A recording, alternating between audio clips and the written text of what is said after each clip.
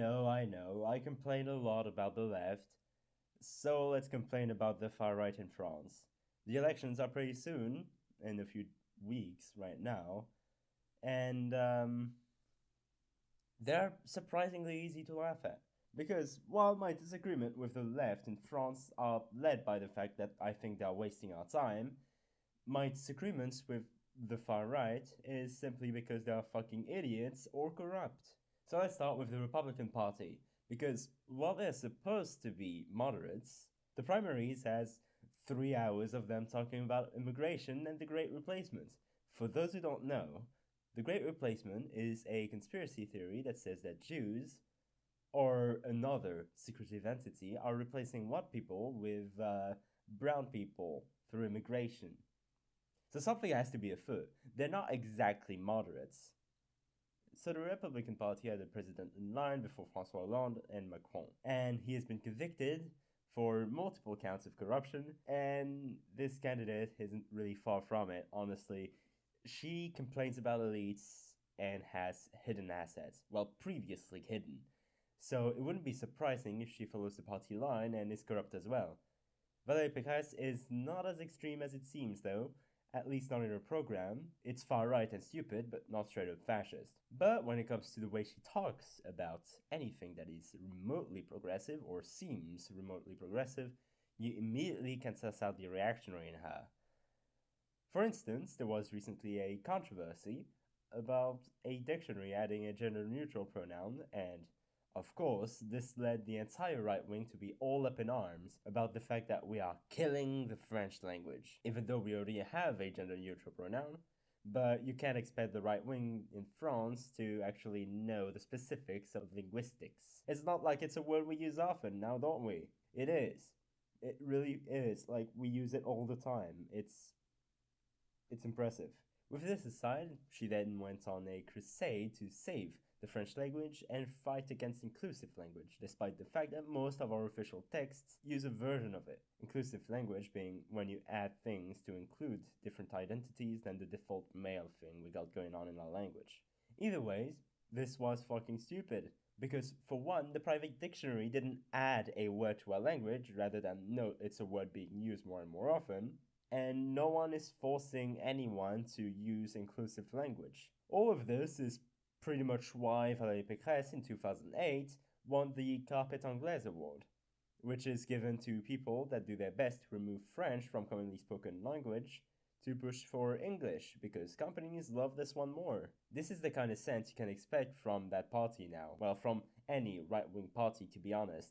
And I didn't even talk about the immigration policy. From lying about the amount of immigrants to saying that they should have more comfort but less freedom, you can pretty much see where she's going there. She envies the system in Greece, which has been criticized multiple times for basically creating camps that are comparable to jail.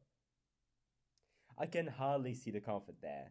She was pretty popular though, because crying about the wokes is not enough, you need some public speaking skills as well.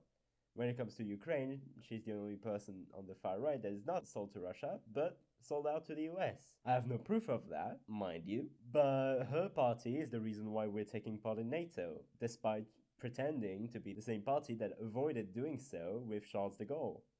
She envies Macron's position as war president, though, and honestly, she sounds like she wants to take part in Macron's party rather than be an opponent. At times, she praises him and wishes, openly, to be the Prime Minister.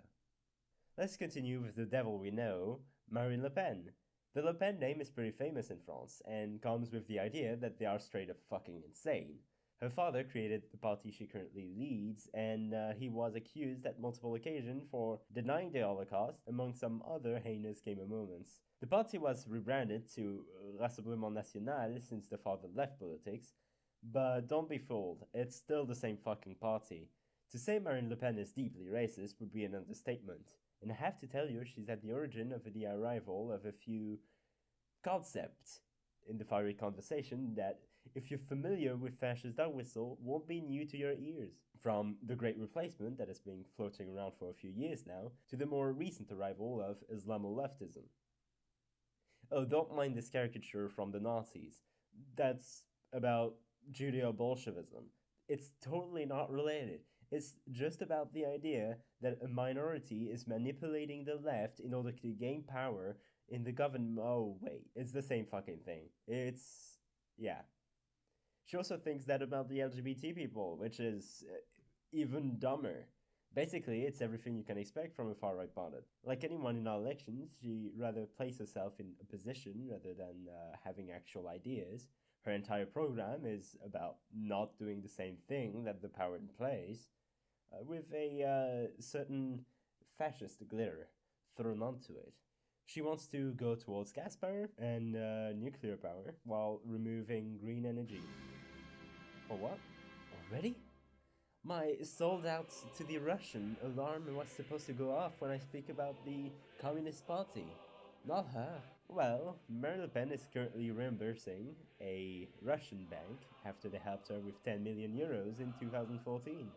She also thinks NATO is the devil, which I have my opinions of, but she has a position that is decidedly pro Putin. And weirdly enough, she doesn't talk much about Russia's impact on Eastern Europe. Instead, she just insults Macron for trying to do anything about it and blames the war on NATO. Standard Russian propaganda, basically. There isn't much to say about her, frankly. I think she's more bug than bite, but she's been pushing the Overton window decidedly towards the far right by financing other far right pundits. So much so that one of Macron's ministers called her weak on her immigration policy ideas. Either ways, even if she changed her opinion on leaving the EU, her being in charge would probably lead us to hastily pushed ideas that turns out to have terrible consequences, but not to the end of the French democracy itself. So let's talk about the last guy on the far right, Eric Zemmour. He is pretty famous in France because the guy loves to go into tirades that lead him to be prosecuted for hate speech. So naturally, he is very popular in France. He has written a few books, and those are a few blood and soil arguments away from another book I will not read. Some of his more interesting takes have been about the Second World War. Yeah, we're going there. Recently, he said that Pétain was trying to save Jewish people. And when Zemmour got shit on for that stupid take, he reasonably changed his opinion and moved on. Of course, he fucking did move on. He's a fascist. He doubled down.